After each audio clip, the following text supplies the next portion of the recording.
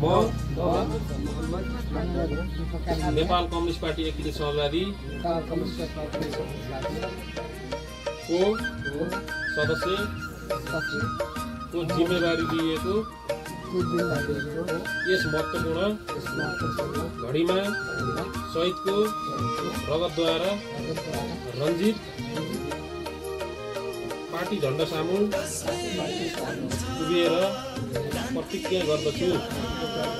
म पार्टीको मार्गदर्शक सिद्धान्त, कार्यक्रम र नीतिलाई दृढतासाथ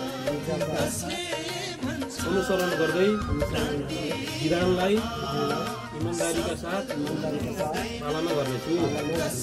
पार्टीको गोपनीयता तथा एकता जोगाउँदै स्वच्छ एवं नैतिक आचरणयुक्त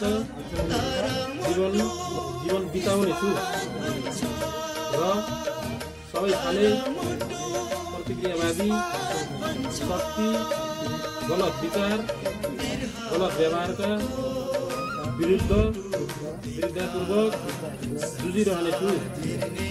नेपाली क्रान्ति जिन्दाबाद, मार्क्सवाद लेनिनवाद जिन्दाबाद,